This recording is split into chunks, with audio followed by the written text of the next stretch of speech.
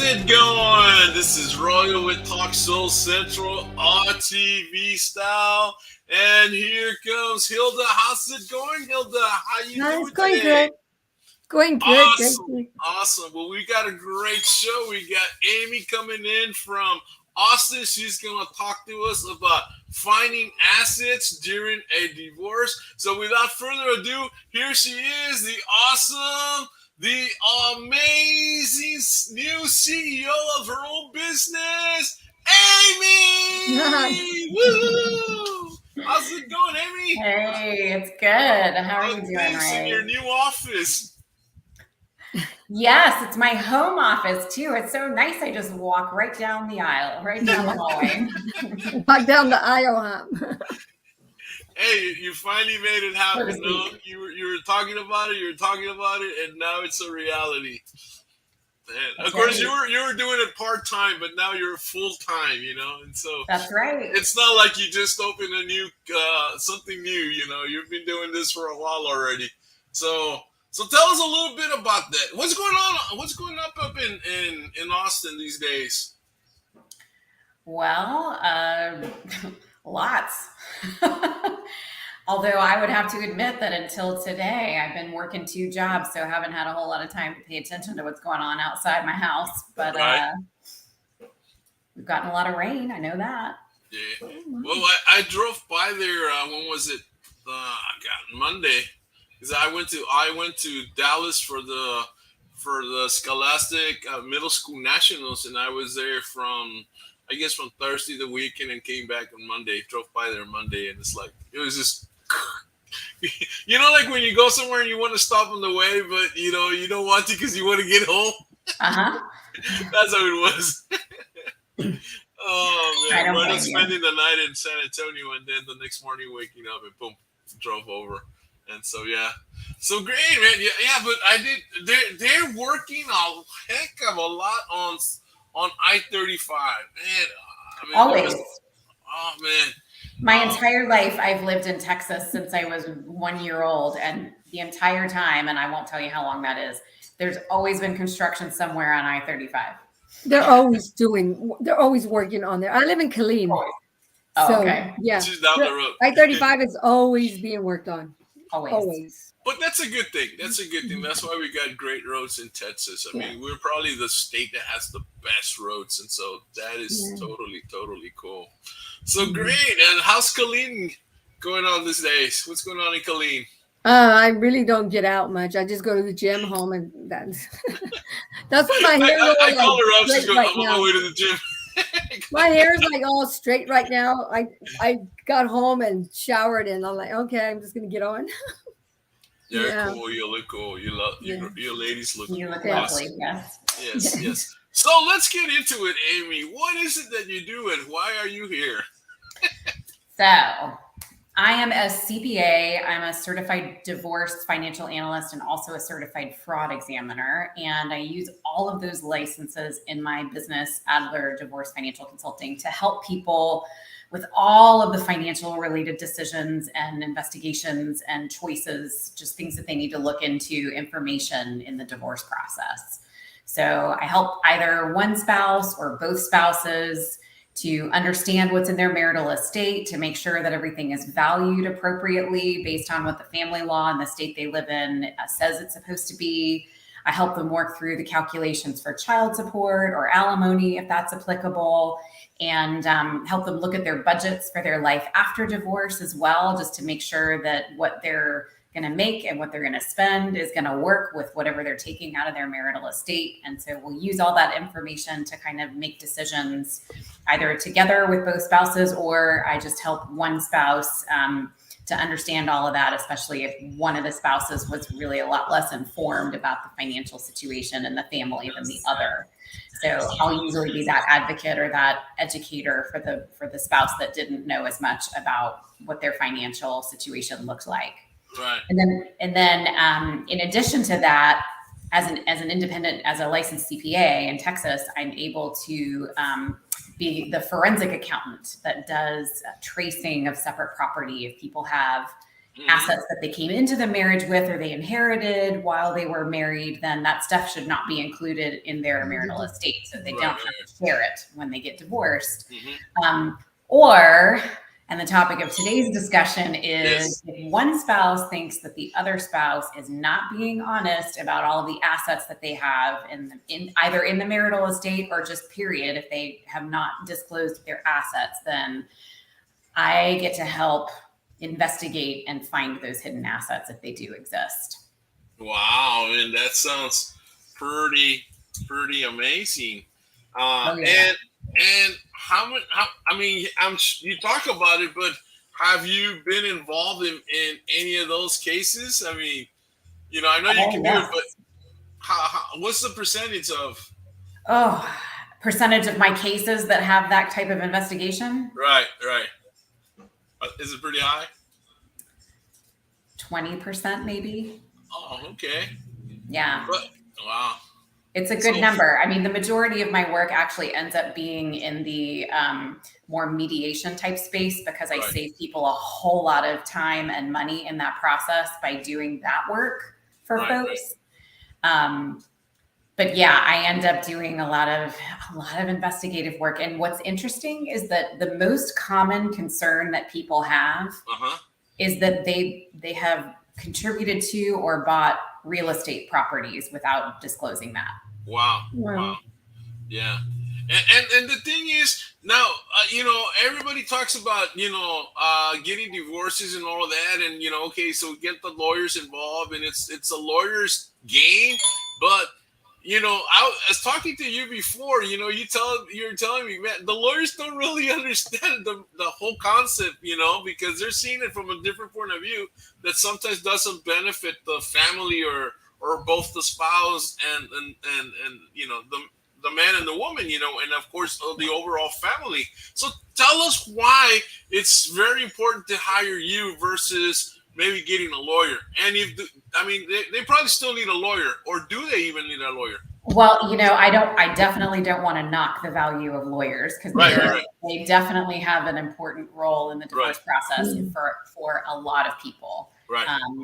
Especially if it's a contentious situation and somebody feels like they need to have that protection of an attorney with the law. Also, in the case of investigating for hidden assets, I can't do my work without the help of an attorney because the attorney has to be able to legally request all of the documents that I need to get access to. Otherwise, if I can't get it, if they can't force the other spouse to provide that information, then I can't really do very much investigating. So I see. Attorneys are very valuable in the divorce process. There are certain circumstances when their need is much lessened. In situations where people are pretty amicable and they're willing to negotiate civilly and reasonably and be fair to each other. I mean, recognizing that most people who are getting divorced for a reason. Otherwise, they'd stay together. So there's going to be some disagreement, some hurt feelings and such. But as long as they're relatively civil and are being rational to an extent and reasonable, then having someone like me who can help them figure out all of the information we need in order to compile their marital estate and value it properly, and then also to help them with some of the behind the scenes preparation type work before you start negotiating is helpful. For example, I have many clients who own a house and one spouse wants to keep the house, but it's got a mortgage. Well, in Texas is a community property state, and there's 10 of the community property states in this country. So all have kind of the same issue. When you buy a house, both spouses are on the mortgage and are usually on the title as well. And so in order to undo that, when you get divorced, somebody has to refinance the mortgage in order to get the title and the mortgage into just their own name. Otherwise, the other spouse will still have that mortgage on their credit. And the mortgage company could still even come after them if the spouse that kept the house and the mortgage defaulted. So it's in everybody's best interest to be able to unwind all of that. But you don't want to have a decree that says wife is going to keep the house and she's going to refinance the mortgage into her own name. And then she finds out 6 months later that she doesn't qualify. to refinance the loan. So I help people through a lot of those like early questions to figure out like, if it's even possible and does it fit into your budget if that's something you want. And I also have a lot of like market research from my own 2 divorces, so I know a lot of things about life after divorce. People don't think about until they've already been through it, so I could share that with them as well. And all of that information. Hello, Alberto. Hi. Sorry. Go ahead, keep going. I'm able to do all of that with people in a very transparent way, so that everyone feels like they're in the know, and that that nobody is hiding information from each other. And so that makes the people more trusting in the process and in me and in the outcome. And almost always when I work with couples, the outcome is much more comfortable for everybody involved, as opposed to one spouse just winning. My favorite attorney, one of my favorite attorneys says, nobody wins in divorce except the attorneys.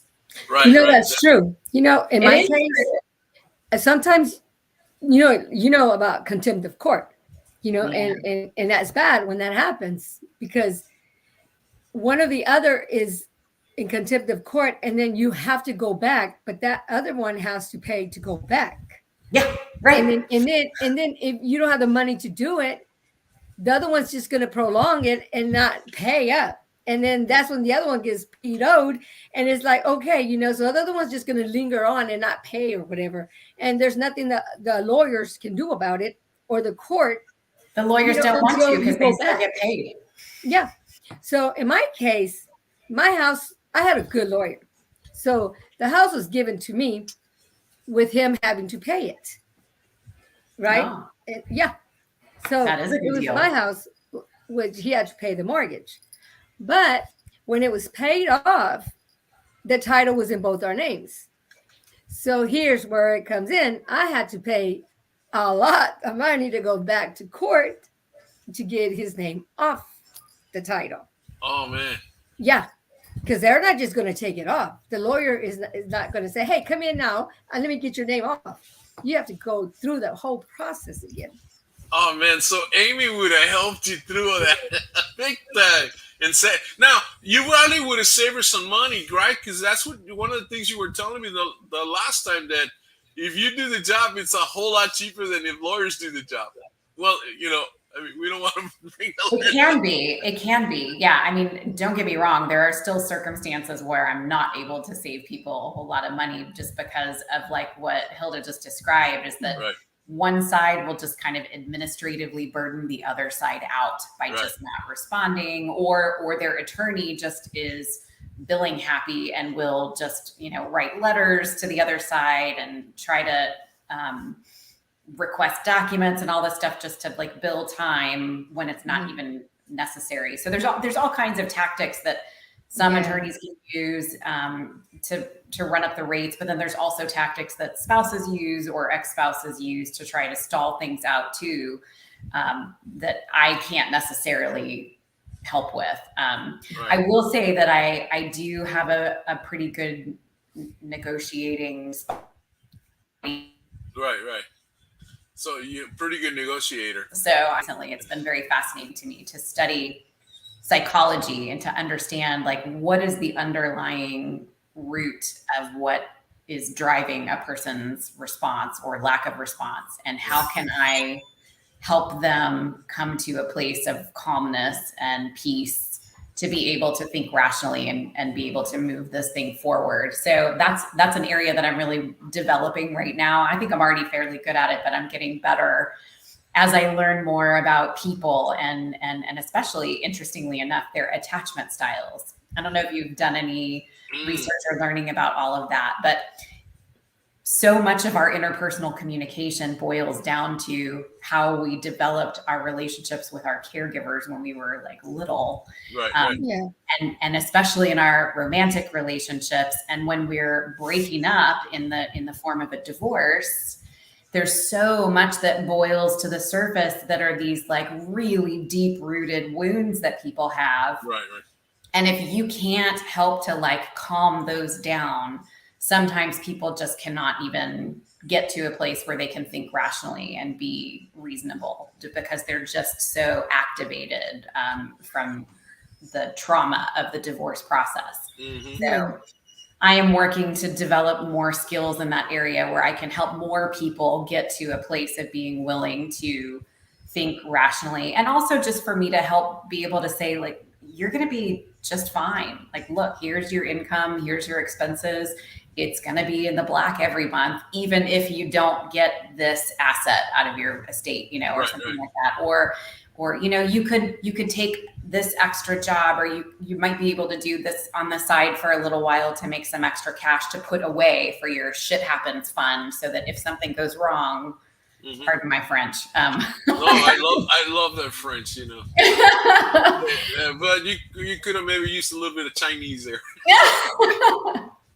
No, but it's true. I mean, all of these things that, you know, that a couple going through this situation doesn't understand, because it's like, oh, honey, let's learn about divorces so that we get divorced, you know, we can, you know, do all that, you know. So it's kind of hard, you know, and so it's good that happens, you know, and so yeah.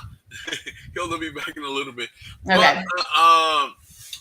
But yeah, so tell me now, you were telling me that the last time, and I think it's important to repeat this, because I mean, we have so many teachers nowadays, and with this COVID situation, and sometimes these teachers are nowadays they're retiring, and there's a lot of stress, and with stress there's argument, with argument there's breaking of families and divorces, and so with that comes retirement funds and stuff like that. You were telling me something about not to which one to fight for, or something like that. I don't know, something having to do with the ARAs or something like that. IRAs, yeah, I know what you're thinking. You know what you're talking about. You know what I'm trying to say, right? Because I think right around the time that we did our last show together, I had a client who was just adamant that she really, really, really had to keep this retirement fund that she had been saving for so long. His retirement, right? She has it. Yeah. She was the one that was putting her money away. You know, her husband was not putting money away into a retirement fund. He was spending more of it, bought a motorcycle, and was like trying to live more in the moment. And she was putting money away into retirement. And so she, you know, even though they have a whole lot of equity in their house, she was like, I really want to keep my retirement. And I said, why? You're going to pay taxes on every dollar of that retirement fund when you take it out. But it's mine. I worked hard for it. It should be mine. And that's right. That's exactly. It was this emotional tie. It was like this emotional marriage. Because they're fighting for every little straw that you could possibly win, right? It's like, okay, let's get it. No, I want that. Right? Am I right? Yeah, but then in the end, like, she would just be shooting herself in the foot.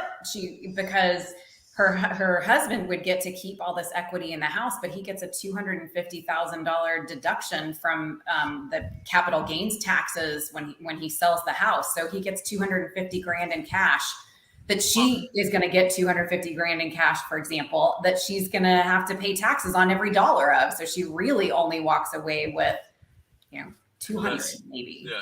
Wow.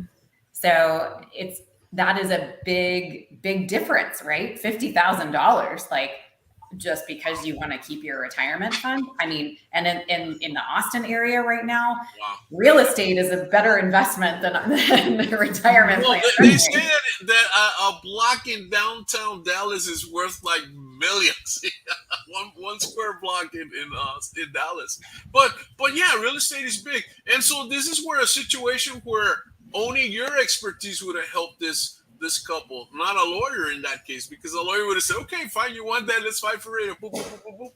There are some, you know, and I don't want to say that it's all attorneys at all. We're not saying that, right? There are a lot of very well-educated attorneys who will know this information for people, and they will share that and do a really great job of it. But there are a lot of attorneys who really know the law and really don't understand finance and tax, especially. The tax impact can be one of those things that's a little bit more obscure to them. So, And because the tax laws keep changing, Yeah, no, that's true. keeping up with that, it can be a job in and of itself. So that, is completely understandable. But this particular concept is one that has been in existence for a long time, that it's not better to keep a retirement plan than to keep a real estate, especially if it's your home asset, because the equity in your home is tax deductible up to $250,000, but you're going to pay tax on every dollar, not even just the gain. Like if you kept a brokerage account that was investing in stocks, even if it was the same mutual funds that your retirement plan is investing in, that brokerage account is going to be a better investment to take out of your marriage than the retirement plan, because the brokerage, you're going to pay less tax than you would from the retirement. So yeah, that is a really key point. I'm glad you brought that up, Ray. No.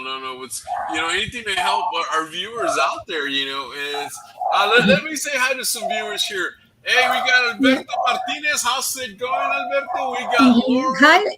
Hey, Laura. Happy birthday to your daughter. Yes, happy birthday to her. Happy birthday to you. Ariana. Happy birthday to you. Yeah. And Mini Vasquez is out there too. Yeah. Mini Vasquez is watching. Mini Vasquez is from Cedar Park, not far from Austin. Okay. That's true. Yes. Wow. So tell us, what else can you do for your clients? Or give me a little bit more. Give me another scenario. Hey, there's Mini Vasquez. Hey, Mini. Yeah. Alberto. Give me another scenario where your expertise has helped people. I know. Tell me about this. Let me share this with you. Hold on. Let me. Also, what is the percentage that one gets for their kids? Like if they got 2 or 3 kids. Well, so it depends on what you mean for child support. Yes. It depends on what state you're in. The child support calculation is different in every state, but Texas has a pretty standardized calculation. And that said, even that's negotiable. So if people decide that they don't want to follow the guidelines, they can agree on that.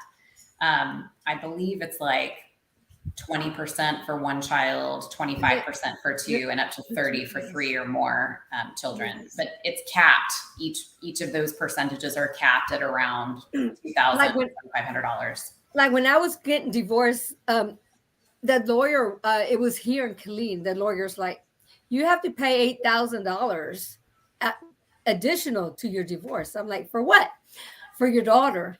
To fight custody. I'm like, we're not going to fight custody. I just want to get divorced, But yeah, they charge for a child too, I'm like, wow, I didn't know that. Your attorney didn't just ask for a retainer? Well, I went to a different one, but this one was my family lawyer, so he already knew. You know what? We're not even going to go there with that. I don't even know what a retainer is. So, no, he didn't. She was automatically given to me because it was personal reasons. So she was just given to me. Yeah. Got it. Okay. Yeah. And then we were military as well. So I figured if you were in Killeen, yep, everybody there is. So we didn't want to travel anymore. We didn't want to travel. I just like, I'm tired of it. And it was just, that's it, Yeah. So, don't blame me one bit. So she, in a way, I guess she was lucky that they didn't get ugly, in a sense. I mean, or it could have been, as far as the kids is concerned. Well, he agreed to one lawyer, so he even helped me pay for that one lawyer. But that lawyer couldn't tell him nothing. If he wanted a lawyer, he had to get his own lawyer. But my lawyer wouldn't tell him nothing. One lawyer they can't. So legally, they can't. Once your attorney represents one of you, they're not allowed to represent both of you. No. Right. So he agreed to everything that lawyer said. So, yeah. Wow. So it was pretty good. But then that contempt of court came, with with the house thing. And that's where I had to go back. So, but it all worked out, It always does. Everything always works out in the end. It's super stressful going through it, and sometimes you have no idea how it's going to work out, but it always does. It does. Mm-hmm. Yeah. Wow. Well, let me share a picture here with you. I'm going to share this and tell us about this day. Boy, was that a good day. I don't usually check my email in the middle of my workouts, but something compelled me to do that particular morning. And I just got an email from a client that I had just wrapped up with, who had just really gushed about how grateful he was that I was able to help him and his soon-to-be ex-wife come to an agreement quickly. They were an example of a couple that hired me to help them negotiate their settlement and then provide all of the information to the attorneys later to help them get this done quickly and in a transparent way so that they could stay friends, or at least, friendly. And so he was just very grateful. This was a really challenging couple too, that I worked with, because the wife was just really struggling to let go of her resentment and fear. I think there was a lot of fear in this situation for her too. And so getting her to understand that she wasn't able to take as much of the estate away as she really wanted to, was a huge challenge. And it took a lot of late nights and a lot of willingness for me to violate my own personal boundaries to answer emails and texts late at night and early in the morning, just to be able to give her some comfort. But it was worth it to me because that kind of gratitude is, well, not even the gratitude, but just that kind of outcome that makes people feel so much more peaceful. It makes it worth every minute that I spend. What were there kids involved? No kids. I was just okay. So wow, and I guess that's an easier divorce to handle than when there's children involved. In theory, yes. Well, yeah, I guess you're right, because if there's no kids, then it's an out war, because it could be all about the money, that type of situation. Yeah, and they wanted to have kids, so that was a touchy subject. Okay, cool. Hey, Roy. Any other stories like that? Gosh, I mean, I have so many good stories about clients who've recently hired me. Well, when I say recently, I mean like in the last year. Right. To help them with the investigation for hidden assets, because that has just become such a prevalent concern when one spouse is feeling like they're so in the dark about their assets and about just their financial situation. Right. It just always raises suspicion that there's something to hide, and unfortunately some of the legal process lends itself very well to this suspicion anyway, because of the fact that you've got to provide documents in the discovery process, and you're supposed to provide 2 years worth of all statements, within a certain time frame of filing. Yeah.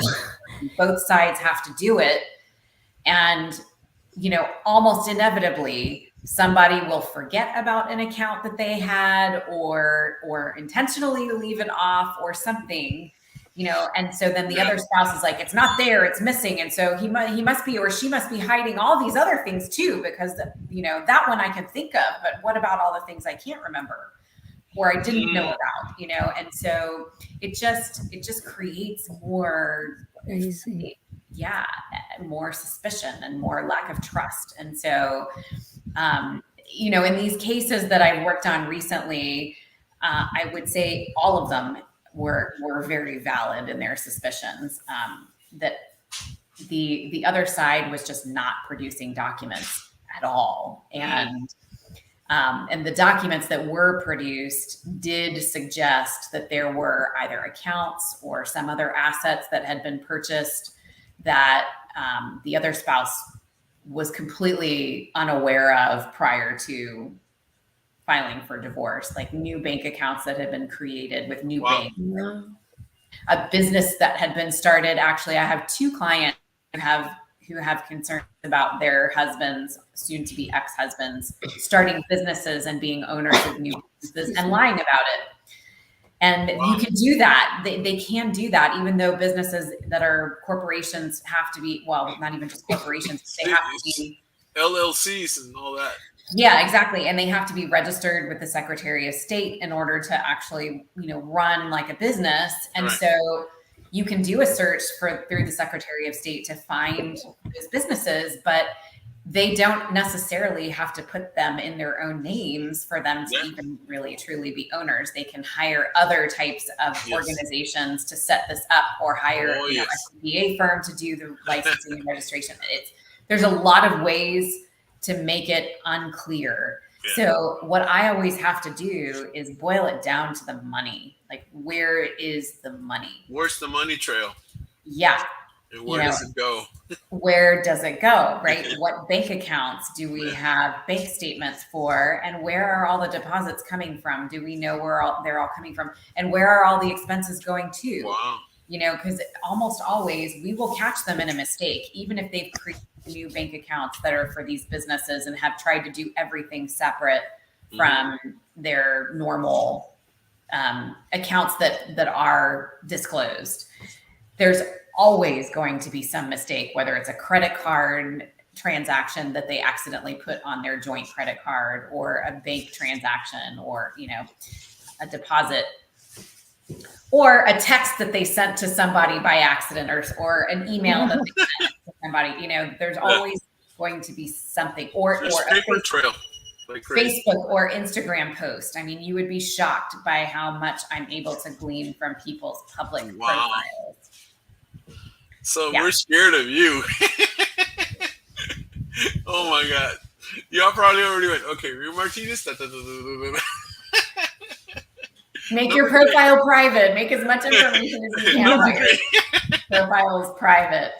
That's for job search purposes, because people are looking at your. Nowadays, they find everything. You can't hide nothing. It's true. You could try, but you're right. You can't. Yeah. All right, let's get off the subject. Tell me a little bit of this. What was going on during this day? That was Passover, which was just a few weeks ago. I was making matzo ball soup to get ready for our Passover dinner for our family event. Cool. I guess you just wanted to share that. Yeah, I mean, it's fun. Family stuff. Like, there's some things that I do that are not related to divorce. So okay, cool. Yeah, she's got a life outside of being a CPA. I'm clergy, so that's the other piece. Yes, right? yes, you are. I officiate weddings, and I. Well, here she'll look back. So, yeah, what happened? Tell me, I don't know. You just went away and came back. So tell me about this picture here. There's 4 lovely ladies here. What do we know about this picture? So that's me on the left, if you couldn't figure that out. You're wearing the pinkish type of sundress. That's what you call me. This. Yes, that's me. And the lady that's right next to me is a former client and a friend of mine, and that was her birthday party. With a couple of her friends. We really enjoyed at a country club in the South Austin area. And, I like this picture because it reminds me that I get so invested in my clients as humans that I tend to be friends with a lot of them afterwards, after their divorces are final. Now, I mean, I can't do it during their divorce process, because then I'm not neutral and I'm not objective, which is super important in my work. But after their divorces are over, oftentimes, I'll circle back with them like, hey, how did everything turn out? How are you doing? Maybe let's go to happy hour and celebrate that it's final and done.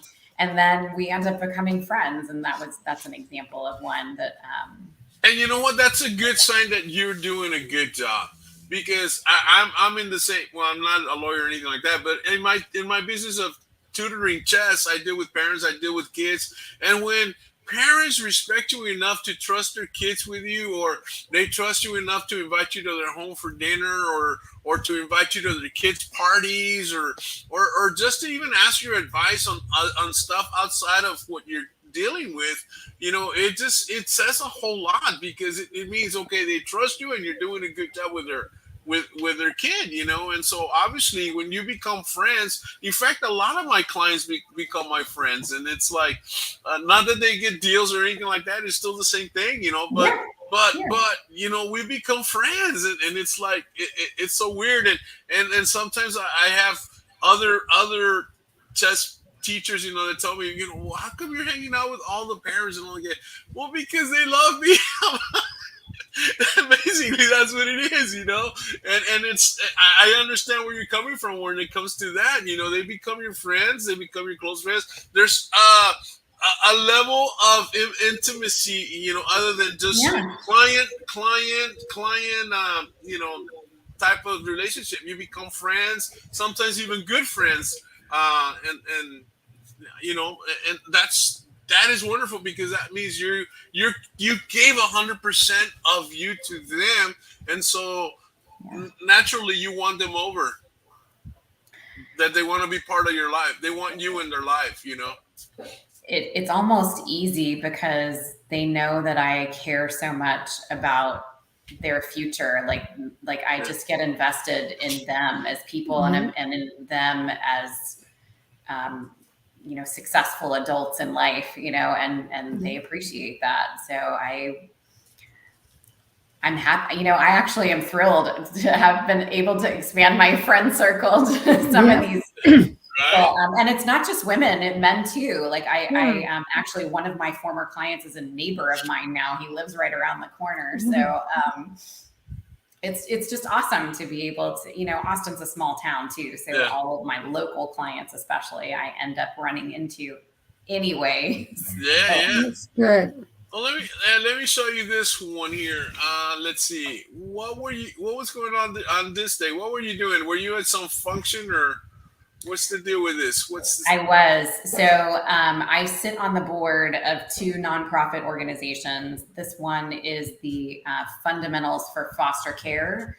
And it does, it raises funds to be able to buy and help foster kids with education, to help them succeed in school and be able to succeed in life afterwards. So this was an event that was an NFL alumni panel event that we were sponsoring.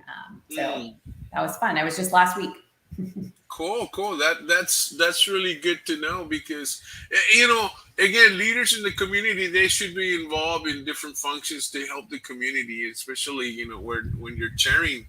Well, not so much chairing, but you're part of the board, that kind of deal. And so that says a lot, I try to help them with the money. They need help, with the bookkeeping and the treasury. So that's my expertise that I'm able to offer them, which is a good gift, I feel. To give back to the community. And then, of course, you have your, they know what you do, and so they become. I'm not only a friend, but I'm a client. No. I don't even talk about what I do for work in those spaces. We will talk later. When you meet people, it's like, hi, I help you divorce people. No, but I will tell you, the funniest way that I do meet potential clients is actually through Facebook. People will friend me on Facebook, and then they'll instantly see my little logo, my little tagline thing that says my letters after my name, that I'm passionate about helping people with all things financial and divorce. That's all it takes for people to immediately send me a message through the messenger saying, funny enough that I found you. I'm going through a divorce myself. Can we talk? Actually, I had 2 people in that situation in the past 2 days. Wow. Bizarre, really bizarre. But they see all my posts. They see how human I am and how passionate I am about this work. I guess after they friend me, they start seeing everything, or maybe they see it all before they friend me. Now, how many people did you have during the COVID time? Divorces? Yeah. It definitely picked up a lot, especially early in the pandemic. I think like within 3 months or so of the pandemic, all of a sudden I was getting a lot of calls. Everybody's getting divorced. Huh? Yeah. I can't do this anymore, Amy. Everybody hated each other. Like, I gotta get out. How can you help me? How can I get Well, let me share your whole web page here. Let's see if I may. Here we go. So if you want to, see all about what Amy does, you can visit her webpage. And actually, let me see if I can even share that Here we go. Here it is. Right. This is how you get to this page that I'm showing you. And so, yeah. So I'm just going to go through it, and it's got, of course, the services that she's got, what about and contact and all of that. But I'm just going to scroll through here, and you can stop me wherever you want me to. Again, that's a little bit about her. And there's the services here. So read through that, Amy. Or tell us about this page. I mean, there's benefits, there's services, so one for the other, that kind of deal. This is basically in a nutshell everything you do. Yeah, this is just really summarizing it. The services page does a pretty good job of fleshing out some of the services a little bit better, because I think a lot of people don't automatically understand what some of those things mean. All right, let me go right here. Oh, that's okay. We could either way. So yeah, I mean, these are kind of services are based on the needs of the clients, and most people will need some mix of the services that I provide, and not just one thing, or maybe just a portion of one thing. And so helping people with budgeting, helping people to prove their separate property, and to testify in court as an expert witness about that if needed. I do help people post-divorce as well, if they're needing or wanting to learn how to file their own income taxes, because a lot of people don't have that experience doing it, but don't need to pay a CPA to file their taxes if it's not that complicated. TurboTax is a beautiful thing. I use it myself, and I have a business. I have 2 businesses actually. So, it is very easy, and I walk people through that so that they can learn how to do it themselves, or if they need help with updating their budgets. I do have clients sometimes that are like, oh my gosh, I've been divorced for 2 years now, and my life has changed so much, and I don't know what to do. I don't know how to move forward. So I'll help them put together a budget, and then I'll refer them on to like a financial advisor to help them invest. Oh, wow. Yeah, and then because the financial advisor and what you do are 2 different things. Very different. Yeah, I do not manage investments. I don't make recommendations about investments, although people do ask me, and I just have to be honest and say, look, I'm a CPA. I look behind me. I'm about looking at the past. And so I'm going to be very conservative with my investment strategy, which may not be the best choice for younger people, or for people who, have more of a risk appetite. So I will always say, look, let me send you to somebody I love. I have a gazillion financial advisors that I love working with, that I'll send people depending on what personality and what type of needs they have. Right. Wow. No, that's pretty cool. Wow, man. Wow, I can't believe, man, time's flying by. Yeah. We're almost at 45 minutes here. Hilda, you have any questions? No. I mean... Any questions you wish you would have asked while you were going through the divorce? No. I mean,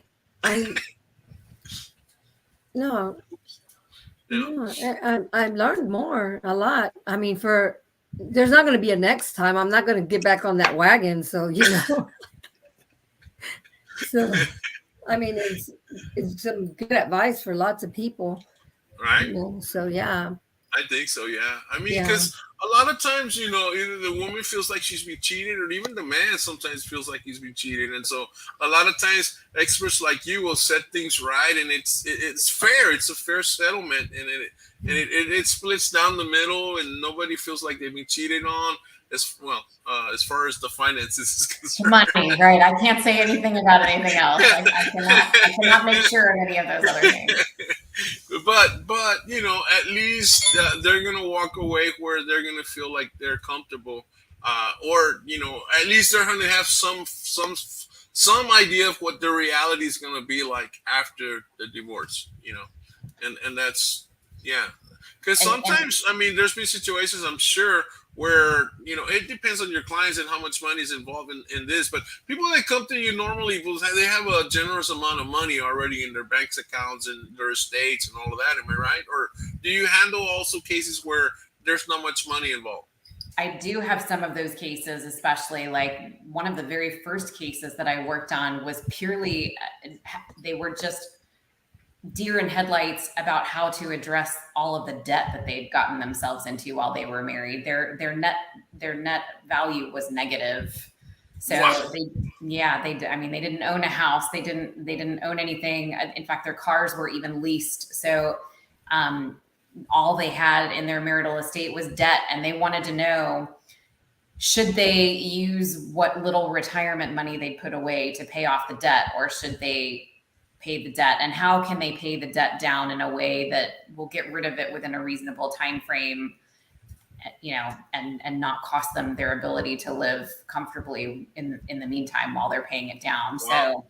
So I do have those kinds of situations on occasion. I also will have situations where when they don't have a whole lot to negotiate, like they don't need me for the full gamut of services, but if they just want to hire me for an hour to go over their stuff, to just go over, here's what we've got, here's what I'm thinking, does that seem fair? Mm-hmm. Am I going to be okay if I do it this way? Is there anything that I'm not thinking about tax-wise? Right.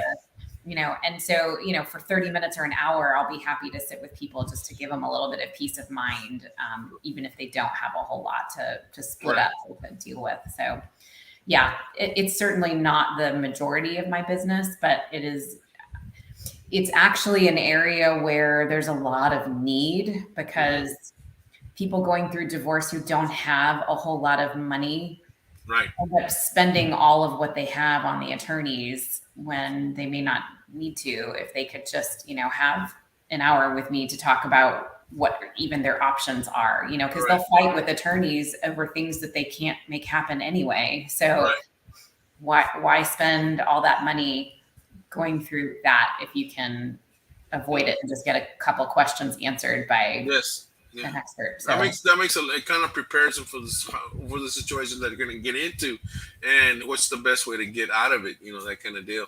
I was just thinking about this. It's kind of funny, but have you ever told a couple, it's just best if you just stay together? Or don't get married. Well, no. Also, that's a whole other episode. Because that's when you marry people. Because you also marry people, and because and so I'm certain you have those type of conversations with people as well. I do actually. Like they say, it's cheaper to keep her. It's true. And you know what? I've worked with some couples who are so kind to each other through the whole divorce process that I do wonder why they're getting a divorce in the first place. You know what? My is military, right? So when we're going to the TRICARE thing, right? I didn't understand anything because he always took care of finance and everything. So I'm like, hey, you're supposed to give me insurance, and I want the best one. He goes, it was funny because, he used to stay here and everything, and he does come over from time to time, not all the time, but we don't talk. But when we're going through this TRICARE thing, he goes, they told me to give you a car, not a BMW, so I can give you a station wagon. It was so funny the way he said it, though. They said to give you a car, not a BMW.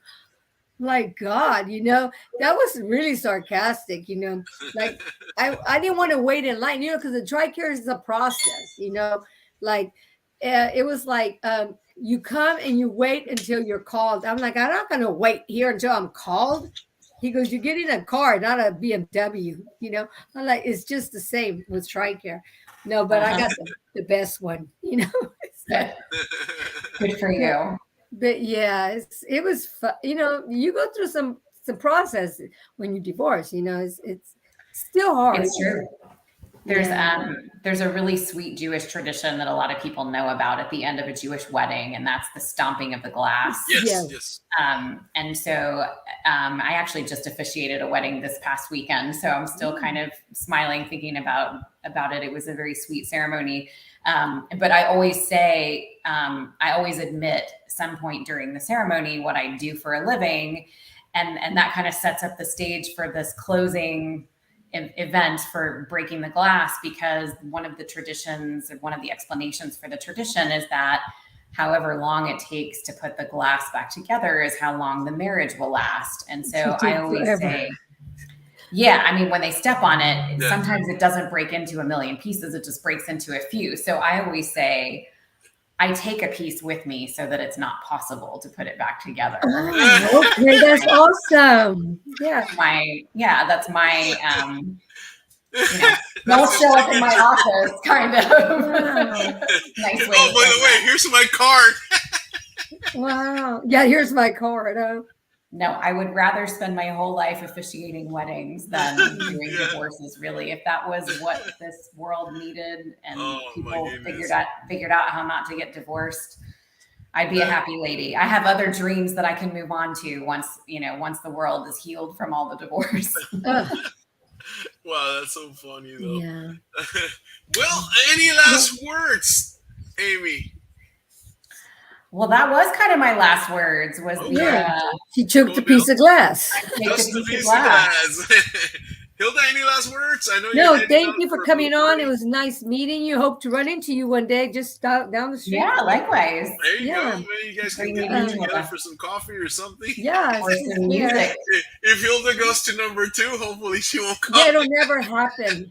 It's been 18 years. It's like, why fall off the wagon? It's been 18 years. I don't think so. Thank you. It's never too late to find love. It doesn't mean you have to get married. Well, it ain't happened yet, so I doubt it.